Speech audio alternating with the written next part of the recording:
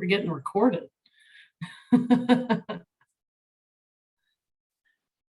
Hi, everyone. Sorry, I am running behind and have a weird background. This is the problem with going from meeting to meeting. So thank you all so much for being here. Especially thank you to our panelists today. Regan was texting me, "Are you coming?" And so I'm here, but I don't have any huge opening remarks. My intent really was just to welcome everybody, say thank you very much, and hand things over to Regan to introduce our panel. Okay, so no announcements or anything? No Caroline, announcements. Need to, okay. No, thank you. All right, great. Well, it's still morning, so good morning, everybody. Thanks for joining today's GPA mentor program session. We have tailored this meeting to really be focused on a unique aspect of the work that planners do in the state of Georgia, which is oftentimes working with and for community improvement districts. So we compiled an awesome panel of leaders from an array of community improvement districts across the metropolitan Atlanta region to share with you kind of who they are, what CIDs do, how they work in and with planners and planning, and give you an opportunity to ask as many questions as you'd like over the next hour and a half if we need the full amount of time. So with that, I'm going to share my screen real quick. Oh, I'm not able to share my screen. Caroline, so give me just one sec.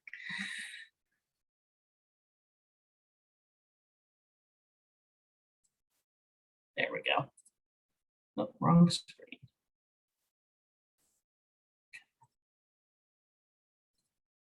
There we go. Can everybody see? Okay, so mentor program participants, I want to introduce you all to our panelists today. And once we introduce them, I would really appreciate if each of our program participants could introduce yourselves so that our panelists know who they're talking with today. But let's get going. I'm just going to go left to right in no particular order here, but Jennifer Ball, she is Chief Operating Officer for Central Atlanta Progress in the Atlanta Downtown Improvement District, which is the CID for the downtown Atlanta area, for those of you who don't know. Next, we have Joe Allen, who is the Executive Director of the Gwinnett Place CID, up off of I-85 in Gwinnett County. We are also joined by Gerald McDowell, who's the Executive Director of the ATL Airport CIDs, just south of the city of Atlanta, actually partially in the city of Atlanta, but focused on the airport area. And then last but not least is Alyssa Davis, who is the Executive Director of the Sugarloaf CID, up again off of the I-85 and 316 corridors in Duluth in Gwinnett County.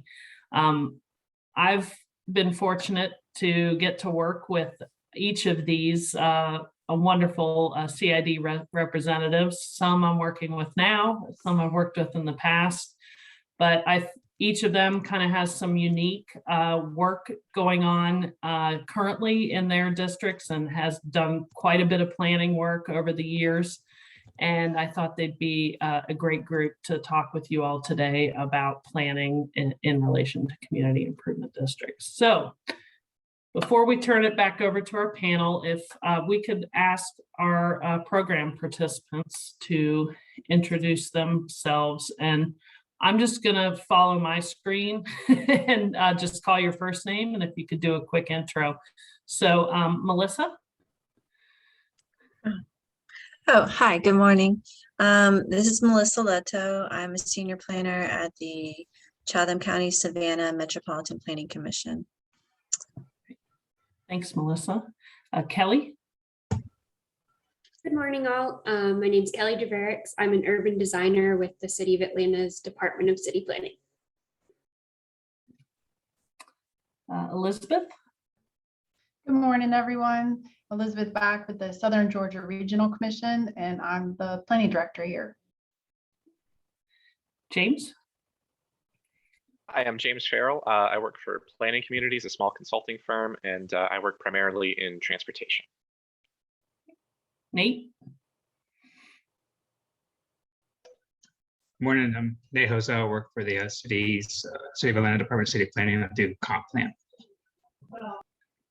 Thank you. Shuba? Oh, I just joined. Are we introducing ourselves? Yeah, just a quick introduction. Oh, I just jumped in. Yeah, this is Shubha Jangam from City of Milton. I'm a senior planner here. Is there anything that else we are That's talking? it. No, that's it. That's it. Short All right, and thanks. sweet. All right. And Allison, if you could introduce yourself.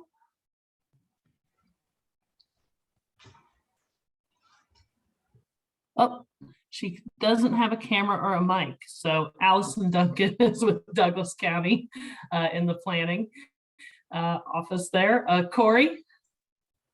Hi, I'm Corey Hall. I'm the Director of Transportation and Environmental Programs at the Southern Georgia Regional Commission in Valdosta. And then everybody has met Caroline. So Caroline is for our panelists, Caroline is the leader of our GPA mentor program this year, also Blue Cypress Consulting. So, okay, great. Well, let's get going here. I have some questions pulled up, but why don't we kick it off and throw it to our panel real quick. Why don't you each, I know I did a quick introduction, but if each of you could please introduce yourselves and kind of give a little bit of background on your role at your community improvement district, as well as kind of your career and educational background, so that our team understands who you are a little bit. Reagan, you should call on one of us and mix it up. You said me Okay. first. See, All Joe right. nodded his head. I'm calling on Joe to go first. Okay, we'll go with Joe. Then you're next, Jim. I'm happy to. Good morning, everyone, and thanks for allowing us to be a part of this conversation this morning. But I'm Joe Allen. I'm the executive director. I've been on here, been director Gwinnett Place. Right here. Getting some feedback or something, but I've been director here at Gwinnett Place for going on soon to be 16 years. They won't let me leave, as I said earlier, until I do something with that dead mall that's at the center of our district. But I've worked for Gwinnett County government as Chief Deputy Tax Commissioner, and then in the finance department, and I also worked for the Gwinnett Chamber of Commerce for many years. That's actually how I got involved with this. And for my background, I have a BA from Mercer University and an MPA from Georgia State University. Okay, thanks, Joe. All right, Jennifer, back over to you. Good morning. Yeah. Sometimes if you speak up first, you can divert attention. But good morning, Jennifer Ball. My title of Chief Operating Officer is relatively new. My prior title gave you a few more clues about what I do and why I'm at a GPA session. That was previously Vice President of Planning and Economic Development. I have been with Central Atlanta Progress for 20 years. And fun fact, I was also an intern here when I was pursuing my master's degree in city planning at Georgia Tech. So a little bit like Joe, I can't seem to get away.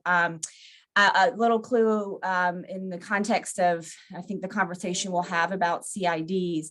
Technically, Central Atlanta Progress, my direct employer is not a CID. We are a 501c4 membership organization. that played a hand in, that's actually celebrating our 81st year, I think, technically now, that played a hand in the creation of the Downtown Improvement District, the Downtown CID. And so we have several independent nonprofit organizations that do the work we'll talk about. I have a master's of city planning from Georgia Tech, as well as a bachelor's degree in what used to be the College of Architecture, is now the College of Design, and really have spent the majority of my professional career working here in downtown for a CID. So happy to be here. Thanks. Thank you, Jennifer. Alyssa, how about you next? Okay, good morning, everyone. Great to see you all here, and thanks for this opportunity. So I am the executive director of the Sugarloaf Community Improvement District, and that is the newest CID in Gwinnett, not the newest in Metro Atlanta, because it feels like CIDs are being formed just all over the place now. So we were formed in 2016, and I was hired for the role to start at the beginning of 2017. So a little bit about my background. I did not even know what CIDs were until I went to planning school. So my bachelor's degree was from Davidson College. I did Teach for America in New York City after college, kind of in that phase of, I don't really know what I want to do with my life. And living in New York, I grew up in Atlanta, living in New York, riding transit, being able to walk so many places, and then just teaching at a school in the South Bronx and living in Manhattan, and just seeing the differences in infrastructure and how they impacted my students' lives, and got me interested in all these city planning issues. So I went to Georgia Tech for the master's in city planning, and got into the CID world during an internship at the then Gwinnett Village CID, now the Gateway 85 CID, where I met Gerald, actually, my first day of work. We crossed paths there. So yeah, and it's was fortunate enough to have the opportunity in 2017 to work for a startup CID at Sugarloaf. Awesome. Thank you, Alyssa. And last but not least, Gerald, do you like to introduce? Oh, I think you're muted, Gerald. Good morning, everybody. That's what happens when you lose control. Someone else mutes you. I'm with the ATL, Airport Community Improvement Districts, which means there are two of us. There is a Fulton County side and the official name is Airport West CID, and on the Clayton County side is the Airport South CID. The two CIDs are independent CIDs with their own boards, and so I have two board chairs, and I have a total of about 20 board members between the two CID. And back in the Airport West in Fulton County was formed in 2014, and Airport South in Clayton County was formed in 2015. Airport West hired me as their executive director in 2015. And then when the Airport South CID was formed in 2015, they also decided to hire me as their executive director. And then in 2016, the two CIDs formed an administrative agreement to work together as one under the banner of ATL Airport Community Improvement Districts. And so there's one staff, it's a staff of 6, and we manage the two CIDs, and our focus area covers 6 different jurisdictions in 6 different cities. On the Clayton County side is Forest Park and College Park, the cities of Forest Park and College Park. And then on the Fulton County side, it's again College Park. It's also in Fulton County, and it's Hakeville, East Point, the city of South Fulton, and Atlanta. So we have a total of 6 cities and 2 counties that we work with. I got my start with CIDs back in 2005. With at the time it was Gwinnett Village, which is now Gateway 85 CID, and then I became a director of a new CID in Gwinnett County, the Lilburn CID, back in 2010, I believe it was. And so I've been in the CID world now about as long as Joe's been with one CID, and that's about 17 years. But I'm working now for my fourth CID, and I'm looking forward to this conversation. Great. Well, thanks everyone for introducing yourselves. I'll pause here and see if anybody in our program has an initial question that they'd like to throw out there. If not, I have some questions already prepared, but please jump in if you have a question.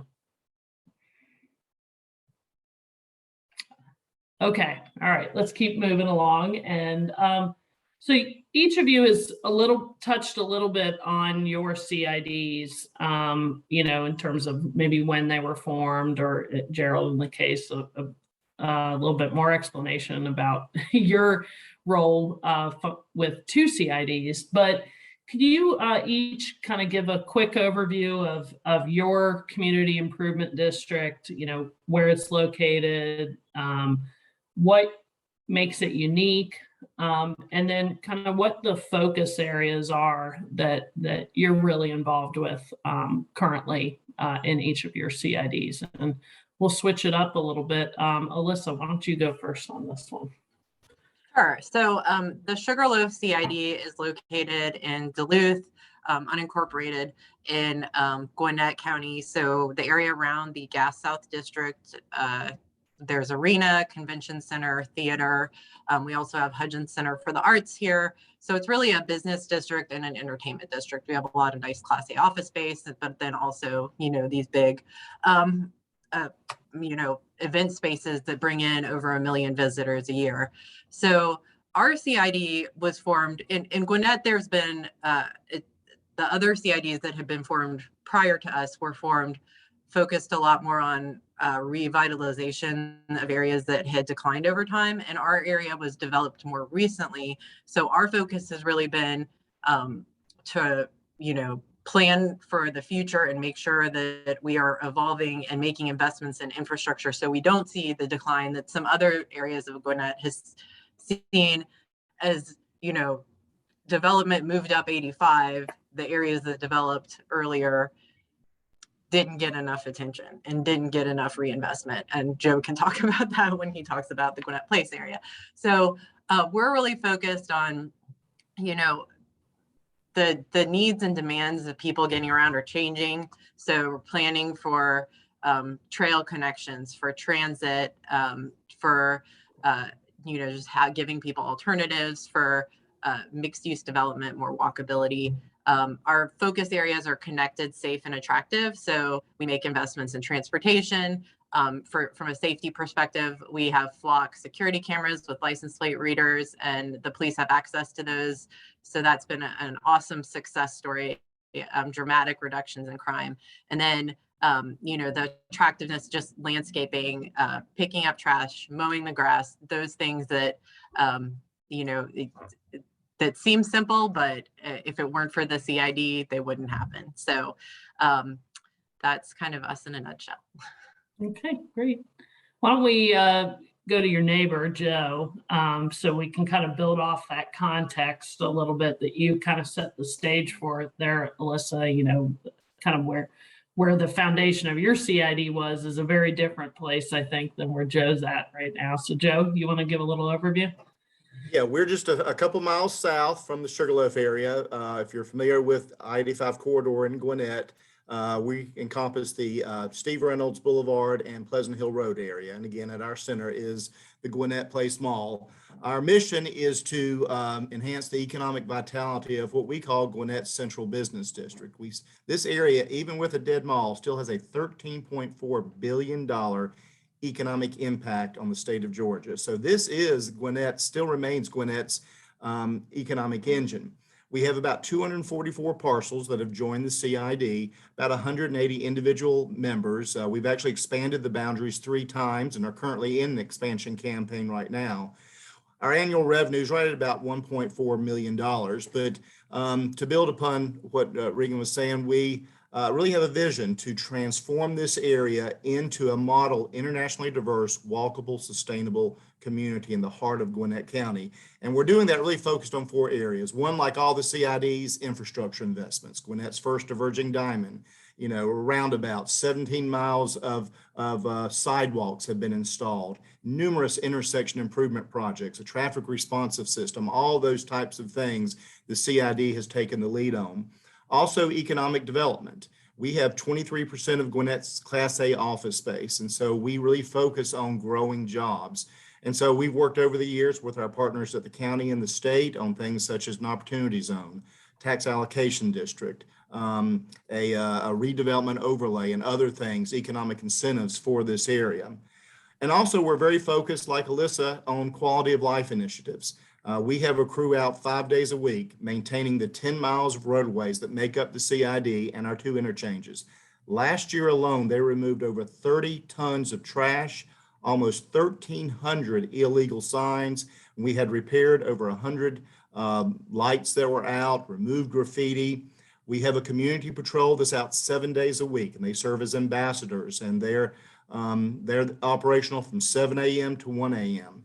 And like Alyssa, we've installed flock cameras. We've actually installed 63 flock cameras over the last several years. And as Alyssa said, these have been a game changer for this area. Last year, I mean, just in the last 30 days, we only had 2 car break-ins in our district.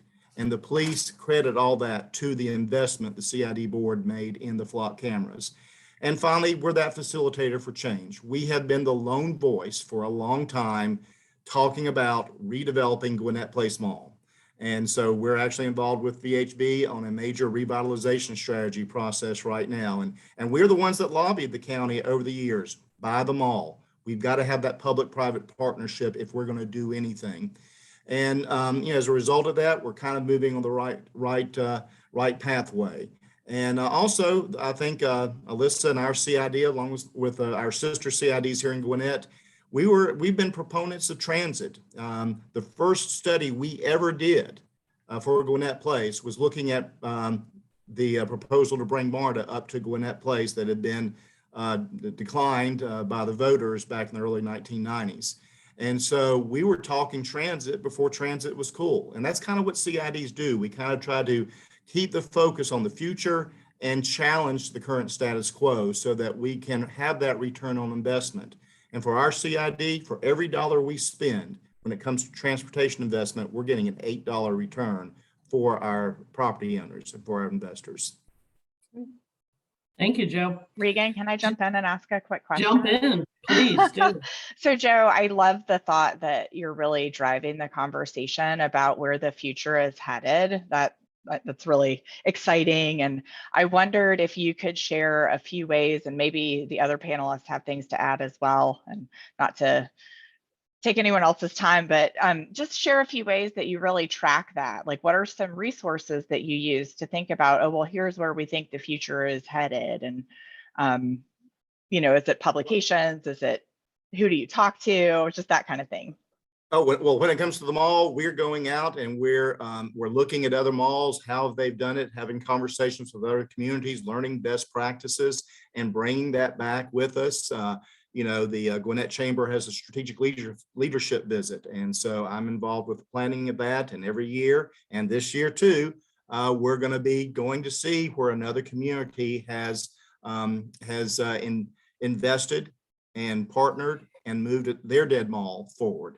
And so again, we're kind of that facilitator, trying to bring people together to talk about some things that a lot of times people don't want to talk about. People for a long time here in Gwinnett didn't want to talk about transit. Well, our CIDs all work together, and we've done numerous transit studies over the years to keep that conversation going, to give the information, the data that our political leaders needed to be able to respond to a change in how we do things here in Gwinnett. And so again, I think that's what the CIDs can really bring to the table is we're not beholden to you know, government that's got to be very cautious sometimes, because we have that private sector energy within us. We can kind of be that proponent to talk about issues that sometimes, a lot of times, people, especially government officials, don't want to talk about. Carolyn, did that answer your question? It did. Thank you. Yeah, I think that's great. Yeah. And Gerald and Jennifer, I think both of y'all can easily speak to that as well.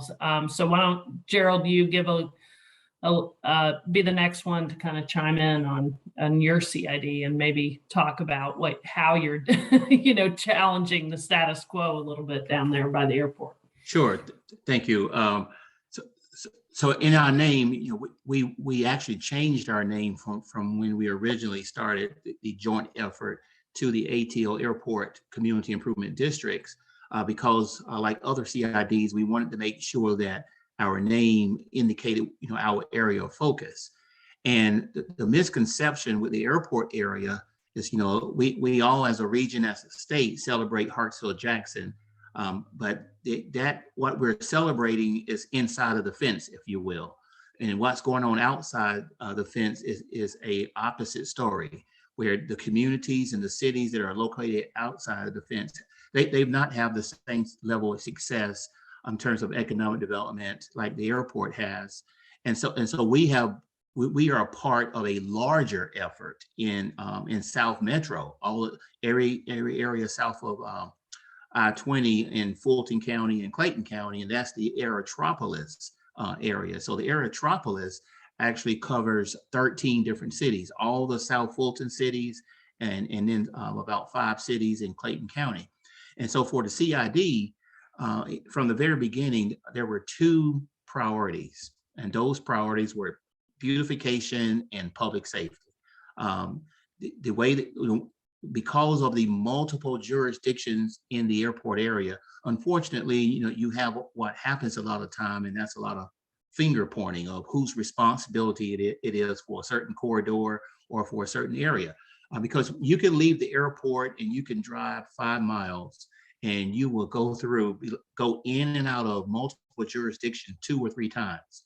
And so who's responsible? So one of the things that we did initially is we hired a private maintenance company to maintain between 15 to 18 miles of right-of-way weekly, on a weekly basis. Some streets we maintain bi-weekly, but most of them are weekly. And we work with our local jurisdictions to make sure that we synchronize our schedule with their schedules. And that's an annual investment of approximately $500,000 of not only maintaining those right-of-ways, but annually doing new landscaping. And we undertook a project back in 2016, 2017, where we wanted to re-landscape all the interchanges in the airport area and what we failed to do was count how many interchanges there were, and we found out there were 16 interchanges filled up within CID. So we quickly made that a 10-year plan rather than next year. and we're on our way doing that. And then with public safety, it's the same issue where if you're driving along 85 to the airport and you come to Virginia Avenue, on one side of the bridge is East Point, and on the other side of the bridge is Hateville. And you have hotels on either side of the bridge, and they could have some security issues, but one may not know about the other one because it's in different jurisdictions. And so one of the challenges that we wanted to partner with our cities on is how could we make it one area that would, when something happens in one jurisdiction, the other jurisdictions would know about it. And so we started out by hiring a private security firm that had 3 cars patrolling both CIDs 24 hours a day, 7 days a week. We added off-duty police officers that are patrolling over 100 hours a week between the two CIDs. And then like the other CIDs, we started investing in flock cameras, and we now have 75 flock cameras that the CIDs have put up. And then just in January, our 2 boards approved a new investment with a system called Fusus, F-U-S-U-S, which is another security camera solution. But the way it works, it allows private cameras to be networked together, and it provides real-time surveillance. And so we're just now in the midst of rolling that out. But between all of our public safety programs, we are investing about $600,000 annually. So as you can see, between public safety and beautification, well over $1 million a year is been invested in the airport area by the CIDs. But our new focus is like other CIDs, is transportation. And just like the Gwinnett CIDs have led the charge, one of the challenges that we have tried to solve is in South Metro, there has been a desire to expand the MARTA train. And as we started looking at this back in 2018, we quickly realized that because of the cost of expansion, that probably wasn't going to happen for 25 or 30 years. And so we wanted to explore other alternative solutions that could be brought to the table and have our transit agencies and provide our transit agencies with the data to determine if these alternative solutions would be viable for not only the airport area and the CIDs, but South Metro.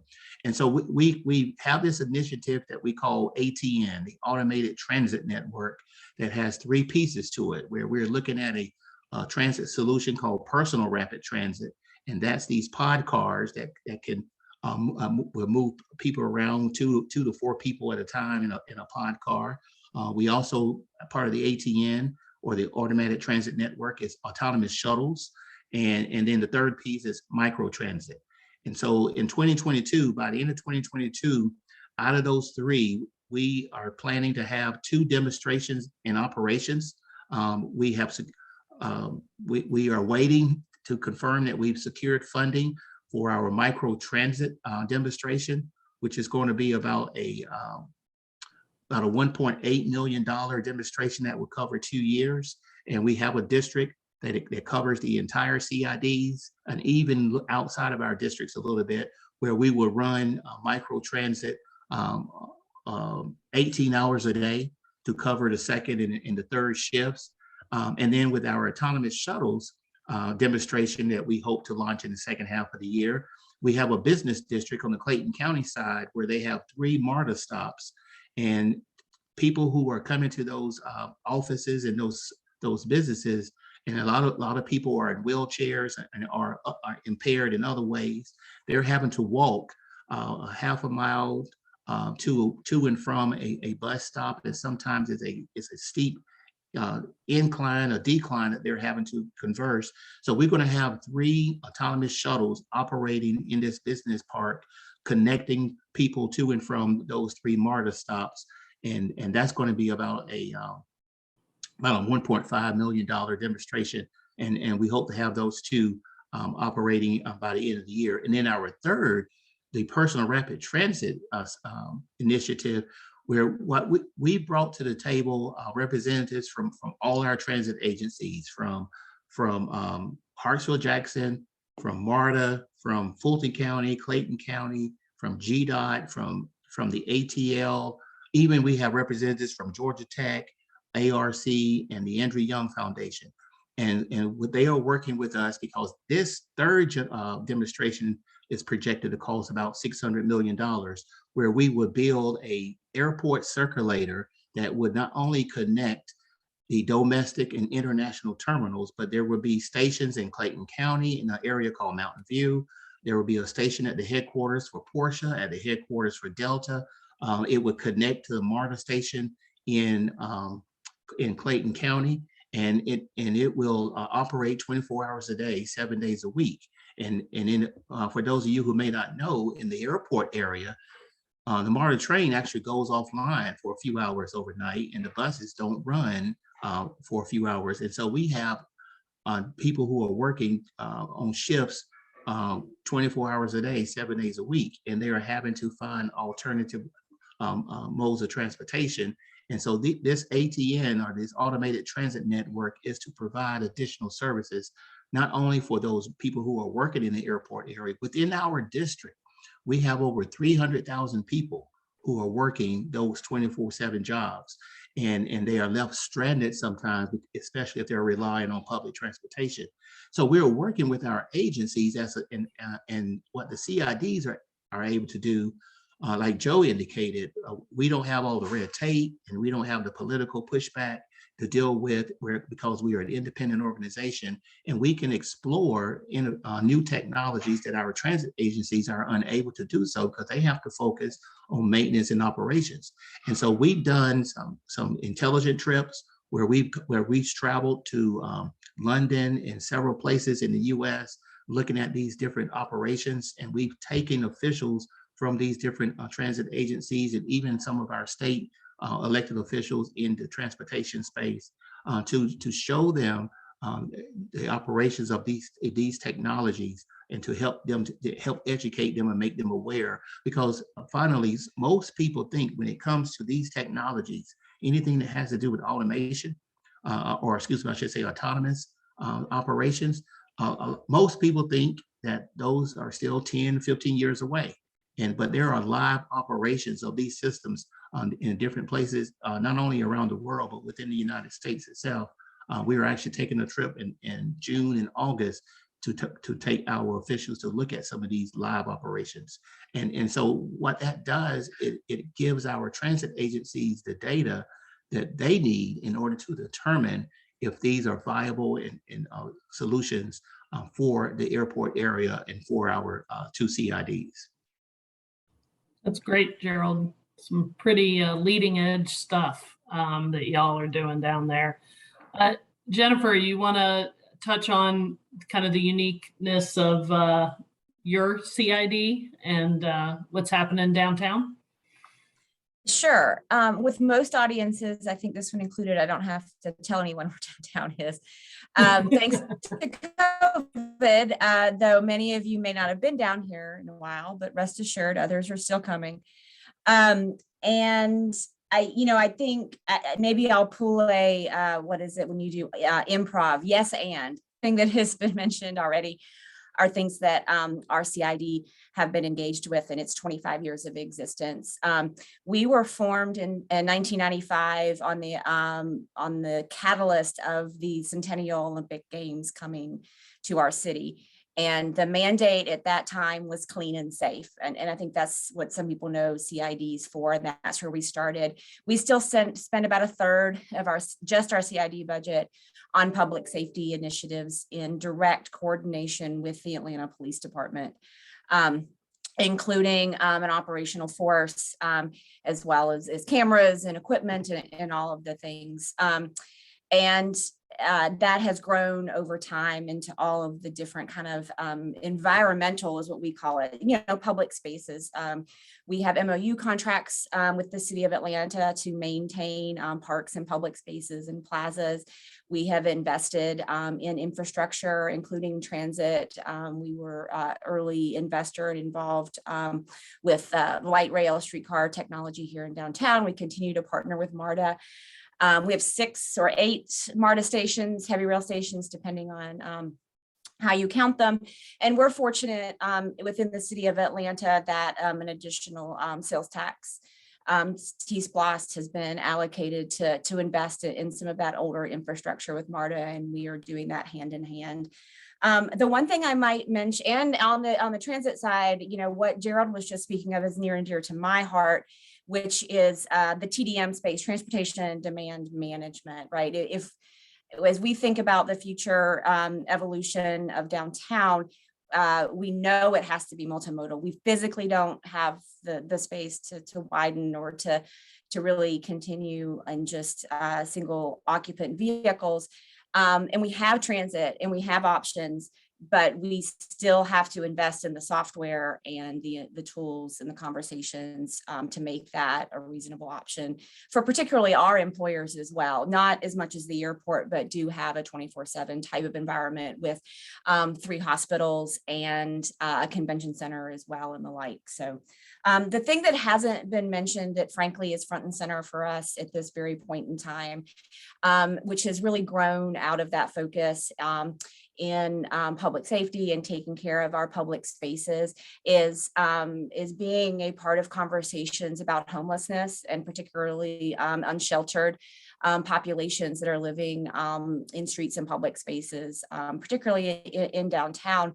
It's front and center for us because downtown is home to the vast majority of the social service providers that support these populations, be it the hospitals or even the nonprofit, philanthropic, historic organizations. And so we find ourselves needing to really, I think, provide what I've heard all of my colleagues say, but maybe not use the word, is leadership, and being the place where a collective voice representing what is more the private sector, tangibly, that's property owners, right? We're property owner driven, but for us, that also includes the tenants in those buildings and everybody that's part of that private sector, to really come together. It's the same argument that Joe gave, or any of them, about how are we advocating, educating, being a good private side partner to the public sector on those issues that are of utmost importance. I think really with our eye toward all, Carolyn asked about metrics and how do you track these things.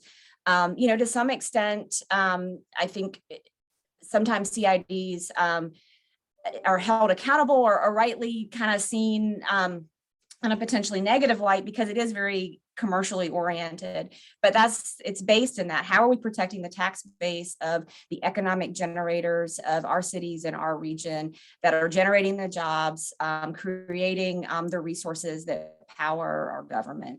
And so we're tracking investment, commercial, private real estate investment. We are a growing region. We are going to grow. How does that happen?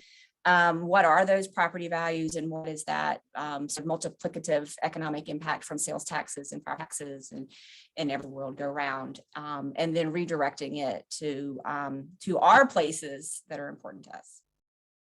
I keep getting that my internet is unstable, which is probably something I should work on. I am literally hardwired to a T1 line in the center of downtown, the largest internet switching hub in the city, and I can't seem to. Well, we hear you just fine, Jennifer. There's been a couple times where your face stood still for a minute, but other than that, we hear you just fine. But it's a very pretty face, Jennifer. Yeah. Anybody in the program, mentor program, do you have any questions that you want to throw out there to our panelists? Yeah, this is Corey in Valdosta. One of the things that have found really intriguing, I guess, is for the most part, the CIDs have been created in Metro Atlanta. Valdosta used to have one, and a couple other cities around the state have had them.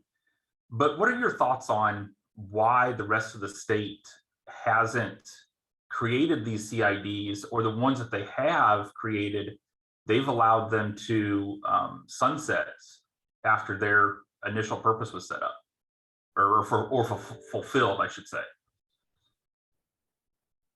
Anyone want to jump in on that one? I would say that over the last few years, I've been invited to different communities to talk about forming a CID.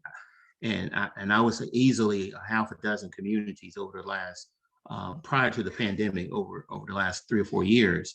And so the first challenge, and what I always counsel community leaders on, is you want to make sure that the CID is collecting enough to even make a difference, because if you're collecting $100,000, you don't even have enough to pay somebody to work on your behalf. So that's number one. And so in several communities that I've talked with, there was just not enough commercial value in order to justify forming a CID and collecting funds. The second challenge that I found in communities outside of Atlanta, it's kind of like a sports team. Some people will argue that Michael Jordan is one of the best basketball players ever. But if you take those other 4 players off the court, there is no team out there that he could beat by himself. And so you've got to have partners available to work with. And then that partnership allows the CID model to then work. But if you don't have a strong planning organization like an ARC or a Chamber of Commerce community or even business communities, but especially if you don't have like a MARTA or an ATL or like we're in Atlanta, the headquarters of GDOT, all those different agencies, if those are not in your community, it's if you're not raising enough resources and you don't have these partnerships available, it makes it very difficult and challenging for that CID model to work. And then finally, other things that I stress to communities. I remember hearing a former mayor of Decatur say that Decatur, the city of Decatur, Georgia, was a 30-year overnight success.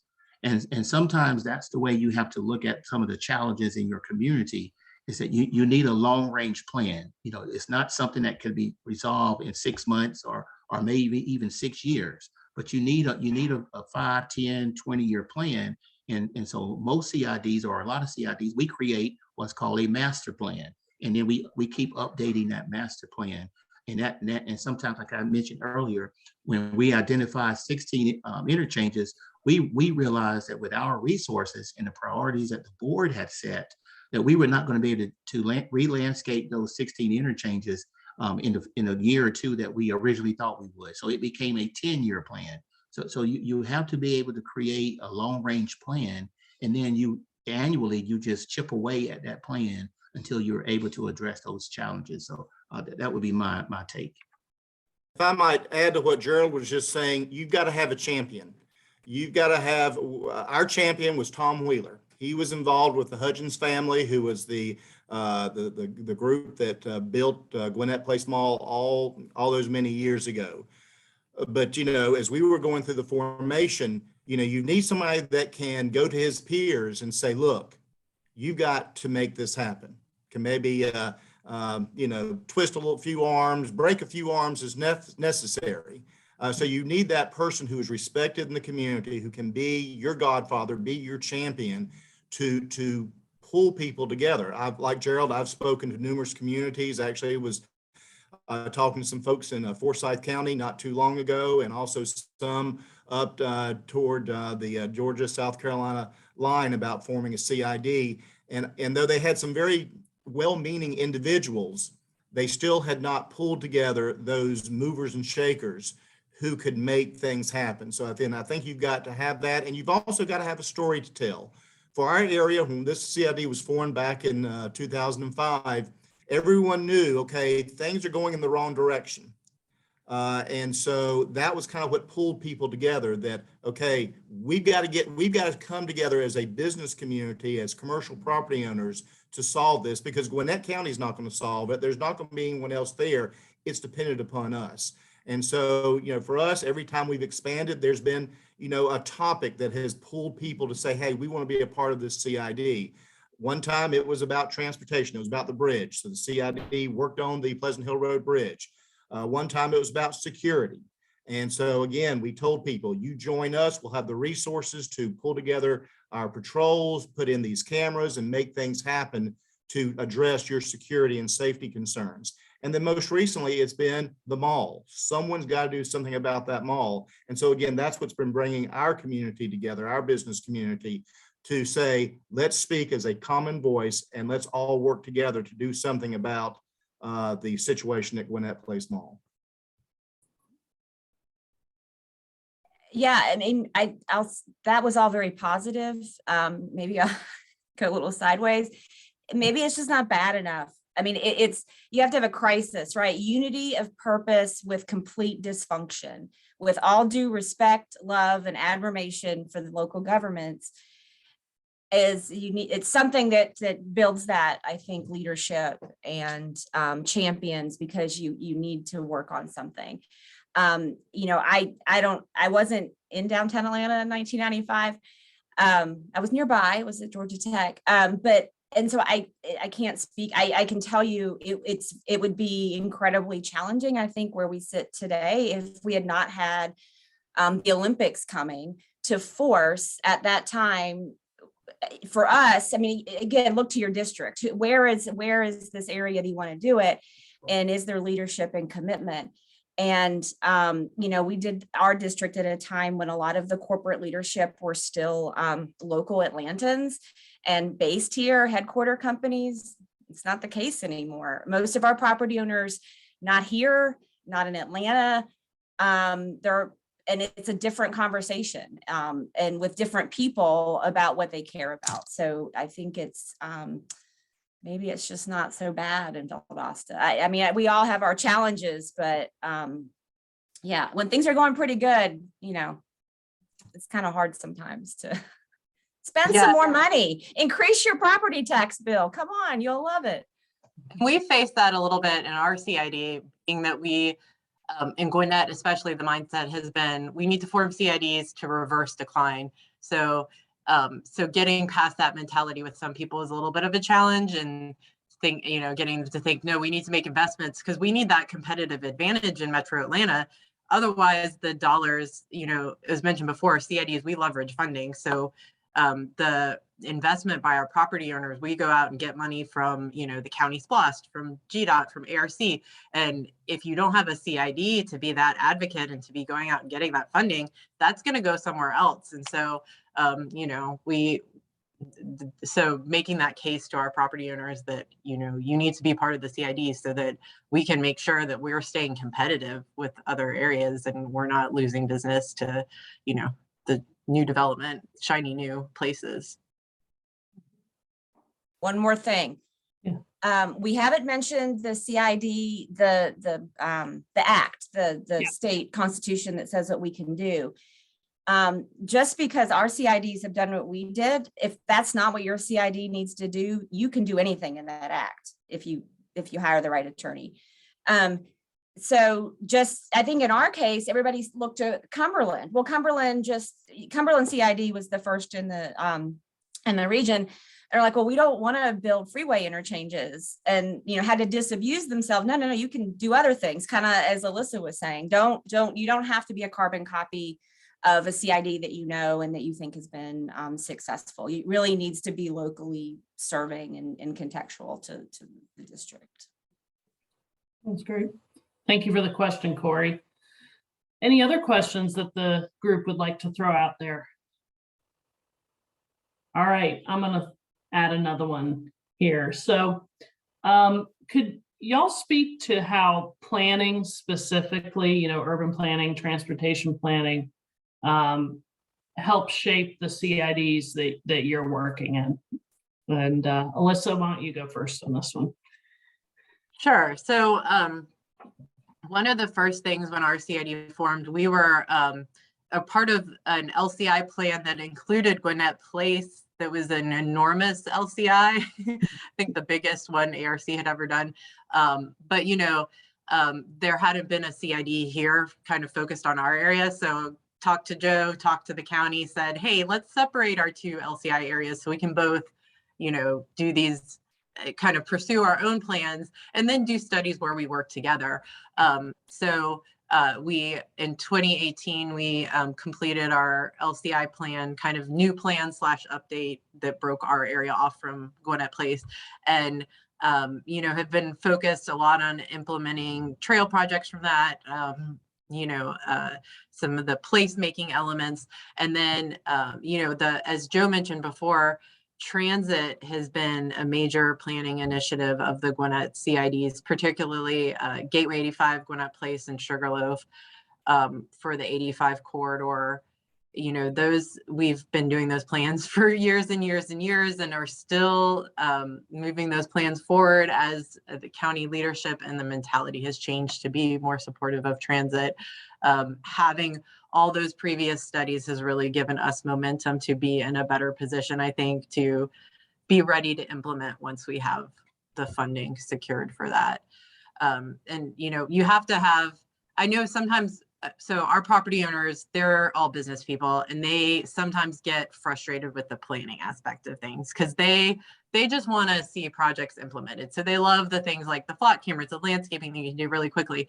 But I always have to remind them, for us to be able to go out and get the grant funding to complete these projects, we have to, you can't just go and like take people's property and do things. You need the plan, you need to have that to be able to go out and get funding to, apply for grants. CIDs, we don't bring in enough money to complete these major infrastructure projects. So the planning piece is critical to be able to actually implement. And sometimes it takes longer than we want, but it's so critical to make those projects successful and get the funding that we don't have on our own. We don't do any CIDs, we don't have power we're not a local government. We don't have the same power they do. So we can drive the planning effort and advocate, and ultimately we need to, bring others along with us to accomplish these major infrastructure projects. Jennifer, Gerald, Joe, anything y'all would like to add about how planning helps shape your CID areas? Well, I'll just say that all the plans that we've done, and we've done a ton, transit, economic development, mobility, you name it, we've done it, trails as well. But that helps keep the dream alive.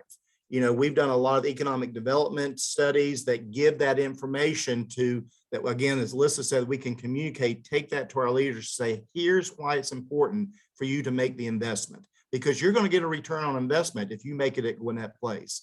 And so by having that information, having that data, and we also go funding from, not just local county government, the state, but also we've tapped into private foundations over the years that we've gotten some funding from like the Real Estate Association and others that have helped us to share that burden. But again, this is what having that data, having that information is so important as we communicate, because then we can then speak with authority and with knowledge.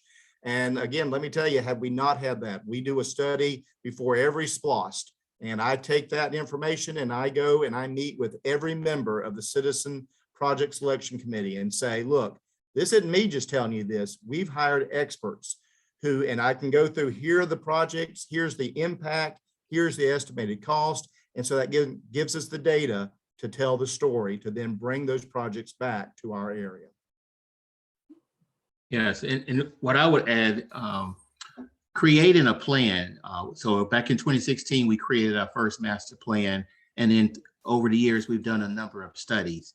And I would say there have been two primary objectives that were met creating those plans. Number one, if you don't have a plan, each board meeting, you're going to have a different priority because it's whatever those property owners have dealt with since the last board meeting is what's going to become a priority at a new board meeting. And so it helps you to create areas of focus, and it helps you to set priorities on what you're going to do. And then it gives you a timeline, a realistic timeline of how long it's going to take for something to get done. And then that goes along helping to establish expectations for your board members and for your property owners, so that, in a future board meeting, member that they can't ask the question, well, can we do this? And the answer is not that we can't do it, but it's not part of the plan. And we need to stay focused. The second thing goes to a question that I saw someone ask. My screen now is blocking me. I can't see who asked the question. But there was something about a conflict of interest. And so one of the things that we have run into over the last couple of years in terms of conflict, as a CID, as Jennifer alluded to, we are governed by state legislation, and then there's a local act. And depending on who your attorney is, there are certain things that you can or cannot do with your funds. And we've had a couple of conflicts in the last couple of years where the 6 cities that we work with are also part of the larger effort called the Erythropolis. And the Erythropolis is more of an economic development workforce, and they focus on education.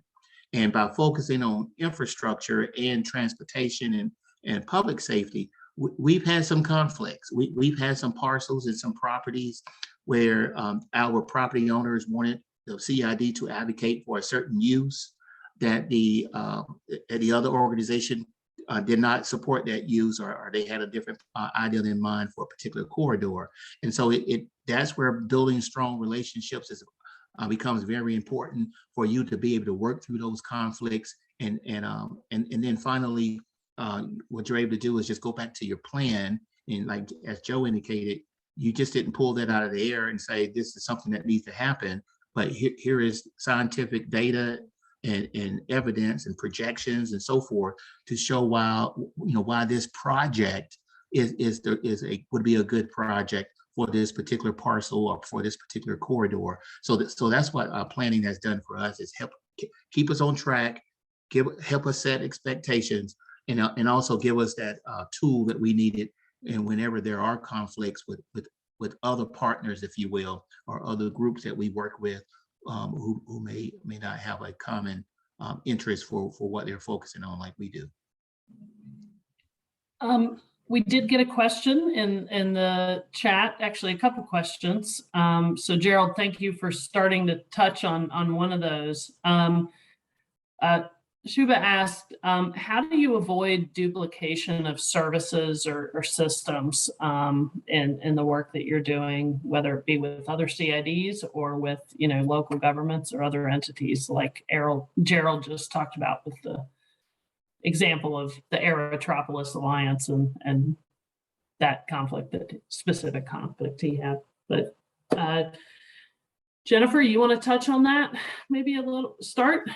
Sure. I think it might be helpful for those not in the CID space. Gerald took the law, and then we in the city of Atlanta execute something called a cooperation agreement with the city that seeks to outline that relationship. That in our case has been supplemented by addendums and additions and amendment, like adding things on, as well as separate project management agreements that tend to derive to specific projects with specific, like a capital project that has a budget. I mentioned we have memorandums of understanding for things like the work that we do in parks. I think it's fundamentally communication that in relationships. In our particular case, we are actually at a point in time when we are seeking to be a bit more specific about service level agreements. It's embedded in our cooperation agreement in a very persnickety way, which is kind of comical. 25, 26 years later, there's these statements in there that says that the Atlanta Police Department shall not change the number of officers assigned to downtown Atlanta. Well, I mean, come on, to be clear, that changes every day. The service level for trash pickup, so these things have to continue and be refreshed and be active conversations. And it's not easy. It's not easy. I am involved with an organization called the International Downtown Association. They have branded themselves more broadly as IDA because it is a group of professionals who do district management, place management across the country and Canada. So we're international. And I mean, this is the hot topic right now is service level agreements as governments find themselves really pressed to need to do more.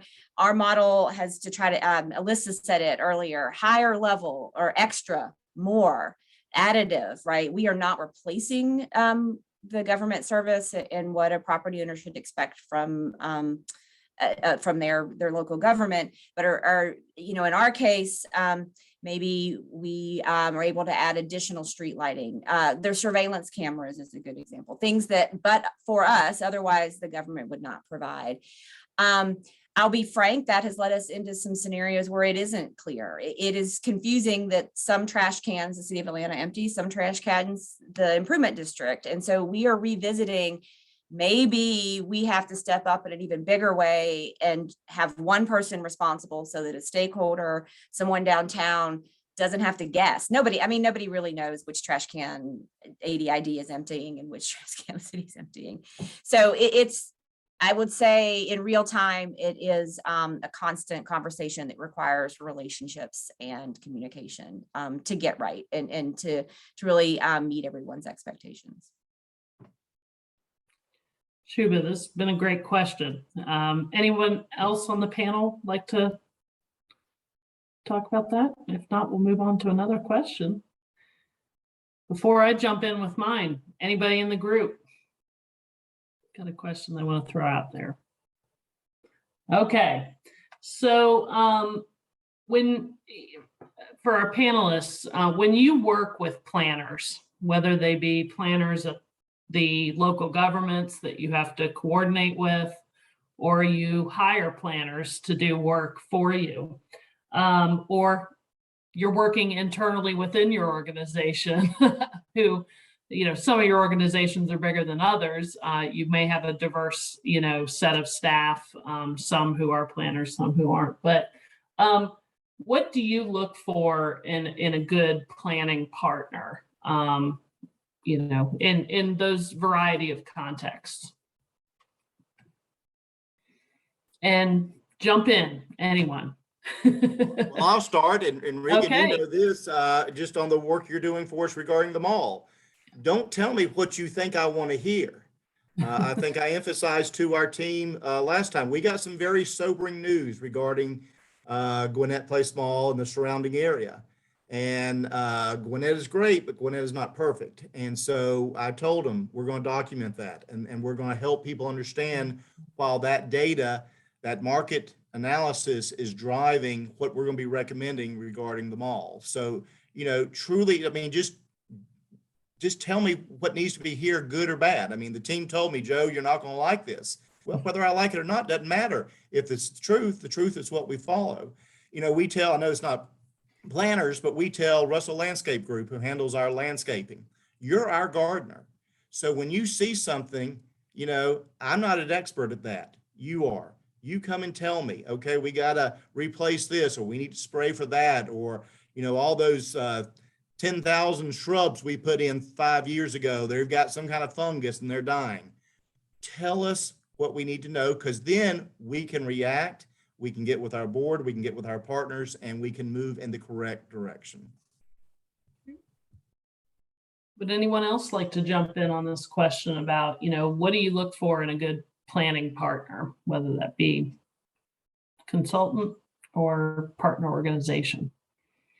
I think, Joe, you hit on it really well. I mean, a lot of it is communication, right? Like clear communication, open communication. So from a consultant planning partner, I think we do it now, like our check-in meetings with because Regan's working on our transit study, transit enhancements and future station planning study, the longest name ever. But, just that communication, being willing to come talk to our boards and explain things to, in very, break it down in the way that normal people understand and not just planner speak. And then I think from the planners and local government, same thing. I think, having for CIDs, it's so important for us to have relationships at the staff level, in the planning department and the transportation department, because those are the people who I'm constantly calling, emailing, asking questions, making sure we're coordinating,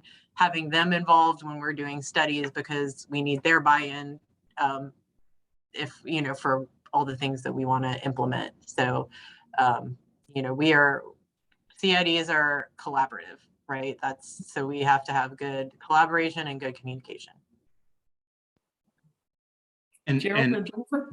Yeah, what I would add to that is we kind of look at it from this whole Aerotropolis perspective.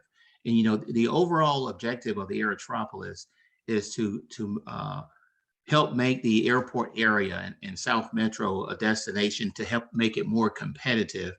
So as projects and opportunities come to the Metro Atlanta area, that it would get a full consideration just like any other part of Metro Atlanta.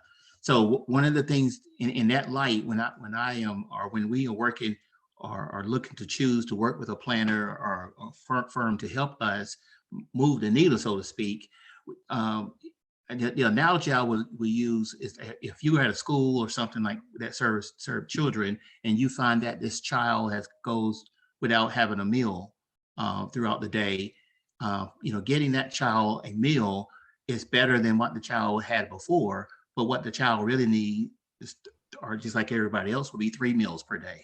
And so coming to me with some recommendations that gets us 1 meal a day is not what we're looking for.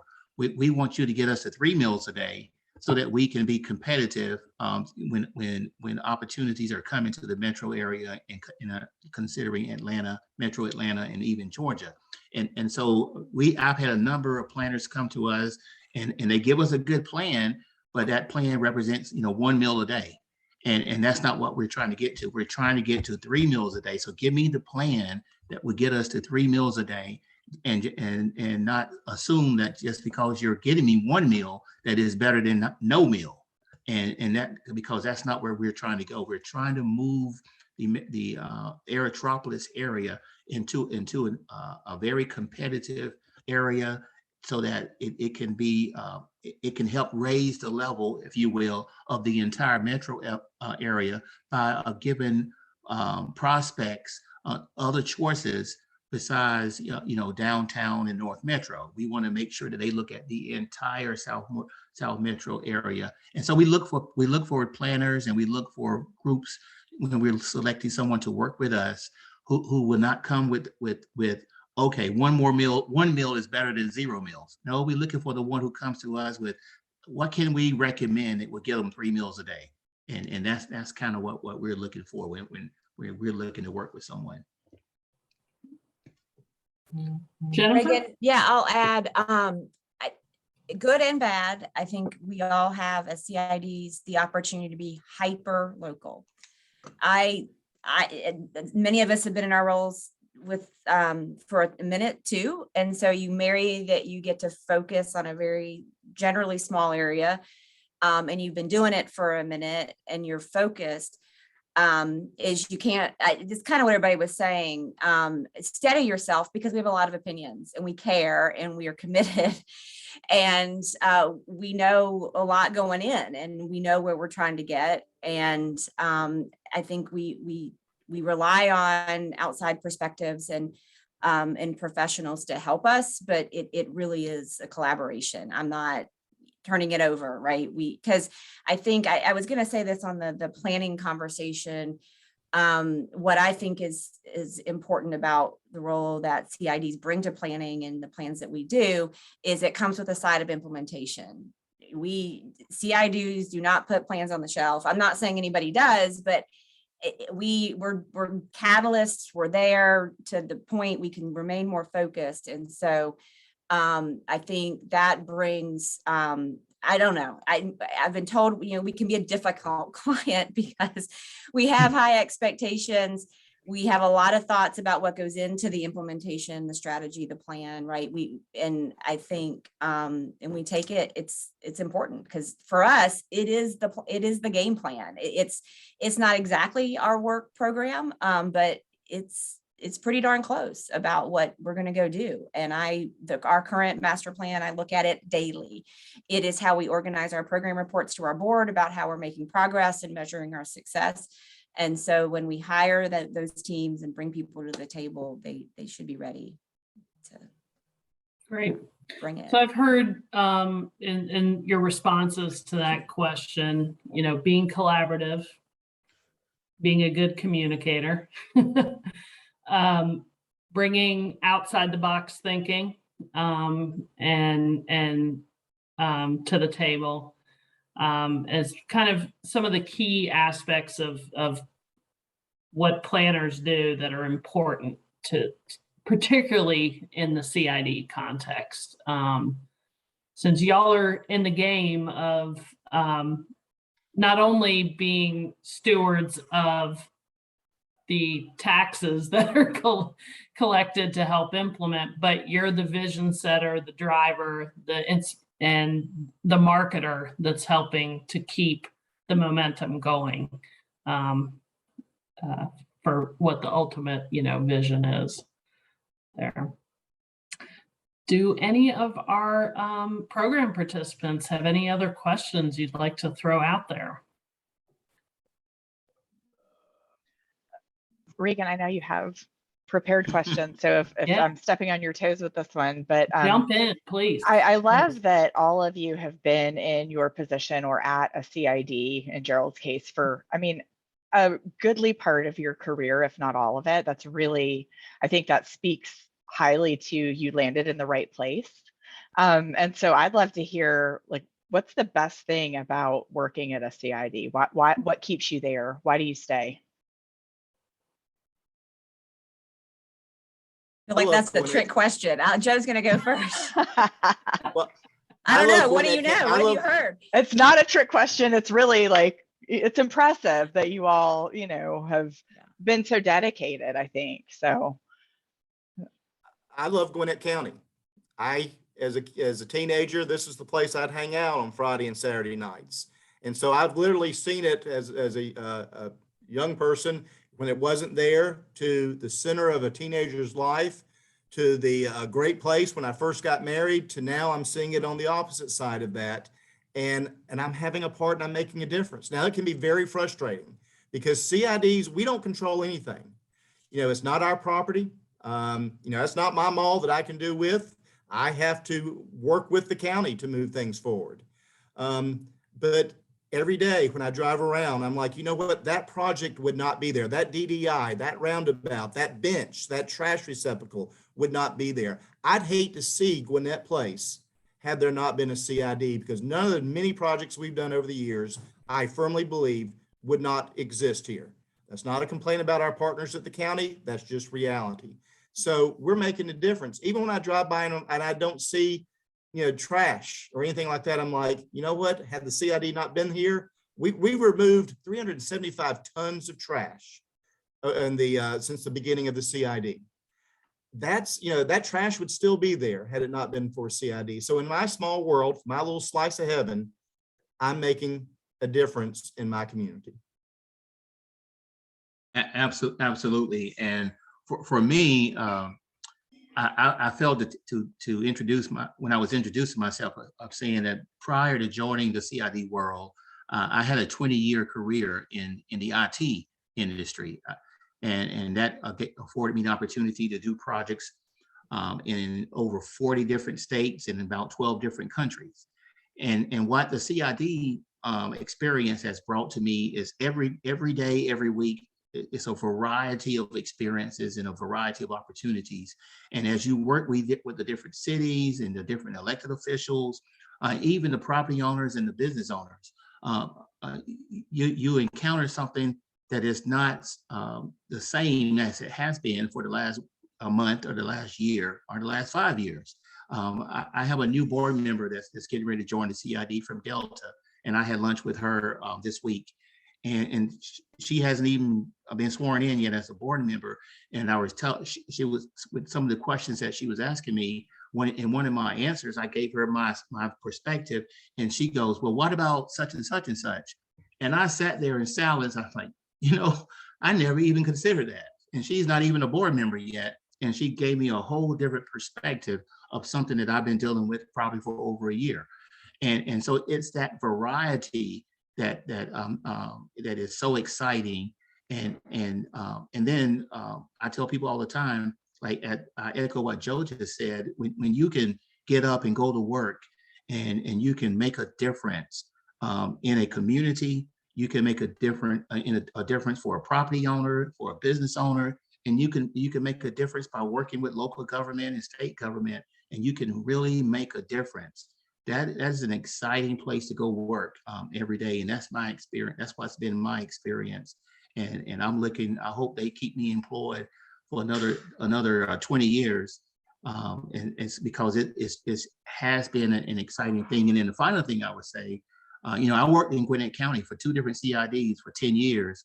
And then coming over to the airport, I thought I had experienced everything.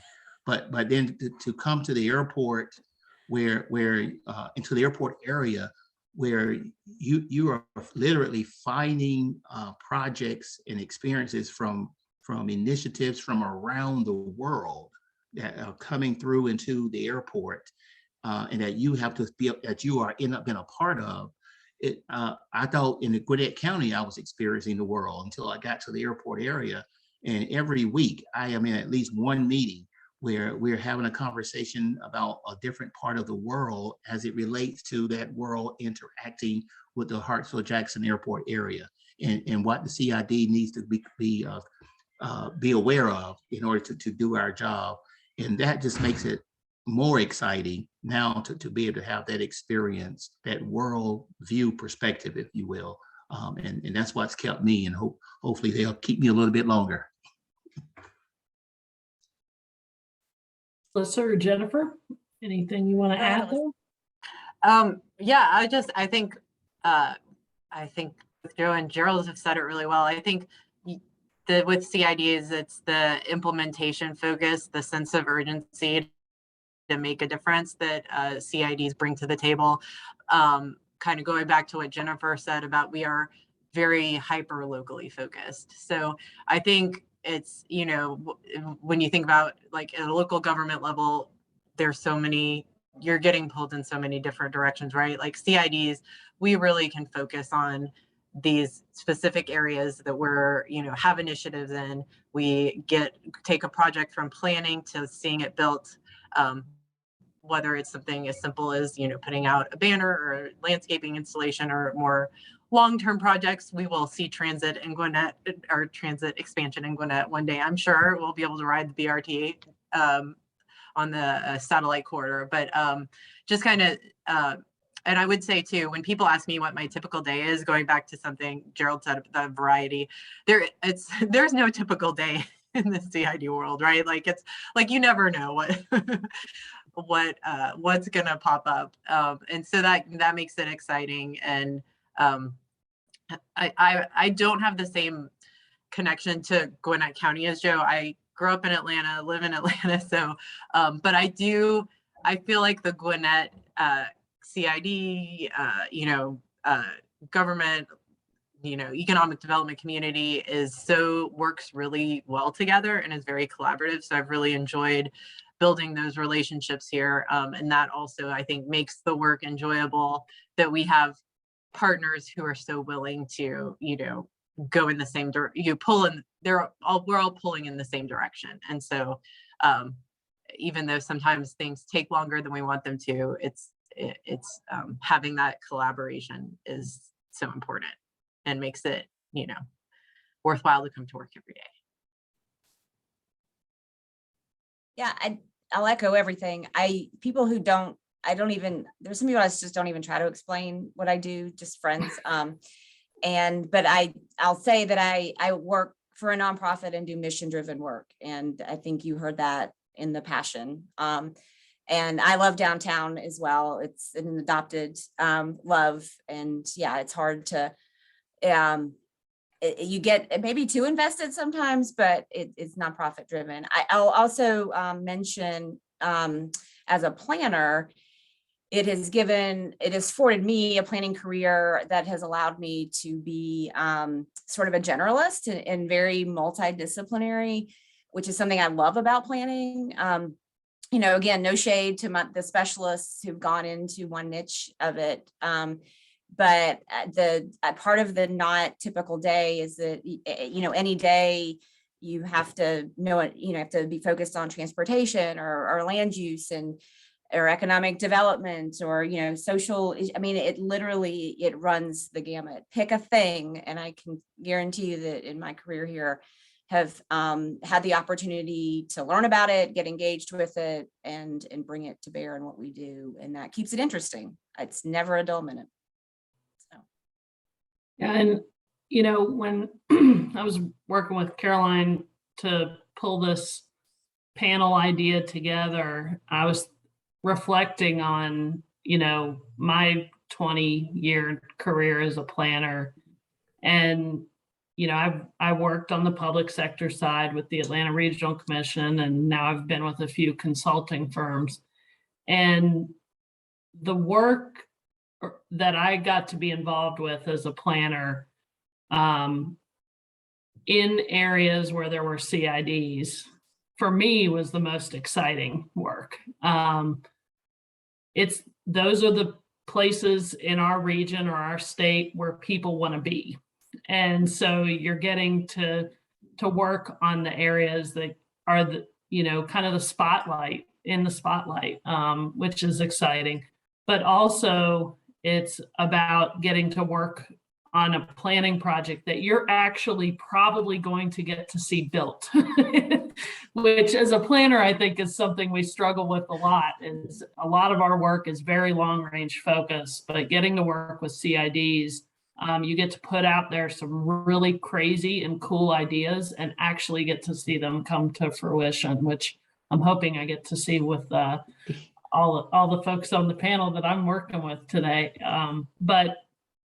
So, I thought that it was a really exciting thing for me personally. And so that's why I wanted to bring it to our group that today. So Regan,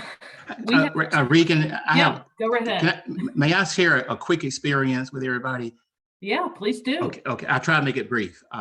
So I was invited to speak at this Aerotropolis conference in Amsterdam a few years ago. And at this conference, they had different tracks with like 4 or 5 different breakout rooms at the same time. And so when it was my time to speak, here's how they introduced me. They gave my preliminary information. They said, Gerald McDowell from the Hartsfield-Jackson Atlanta International Airport. And that's how they introduced me. And so then there was a break. And so when I came back into the room, it was standing room only. And I found out that nobody had gone to the other tracks. They all had come to my room. And as I was walking to the podium, I said, Gerald, I want you to remind yourself that they're not in here standing room only because of you, because of the CID, but it's because they said you were from Hartsfield-Jackson Atlanta International Airport. And that's why everybody's in this room. But that's a neat experience that I had one time because of working in the airport area, that, you get associated with the world's busiest airport. And so when I came back, I went over to the general manager of the airport and told him he owed me for a week of work because I've been working for the airport for the past week. Well, hopefully you made them look good, Gerald, when you were over there in Amsterdam. I didn't get invited back for the next conference. I don't know. Well, we have 2 minutes till time. I want to say a big thank you to Jennifer, Gerald, Alyssa, and Joe for spending the last hour and a half with our group. I know some of you were pretty quiet today, but I hope you learned a lot from our panelists about what they do day in and day out working with the CID, why CIDs are important to shaping our communities, and how the planning community works with and for CIDs to help shape those communities. So round of applause for our panelists, and thank you so much again for joining us today. And thanks to everybody for attending and for some good questions for our group today. So Caroline, Thank you for having us. to close us out? I'll just echo the thanks that you're giving to the panelists. That's really big of you to spend your time with us, and we greatly, greatly appreciate it. And I'll say thank you to Regan for putting together this amazing panel. It's quite a treat to have all 4 of you here, and I can't believe she pulled it off with timing, so well done. So everyone on the mentoring program, we will see you again in about a month, or maybe tonight at a happy hour. So it is GPA Spring Conference. The GPA Spring Conference, that's right. So, thank you all very much. All right, have a great weekend, everyone. Thank you. Thank you. Thank you. Bye.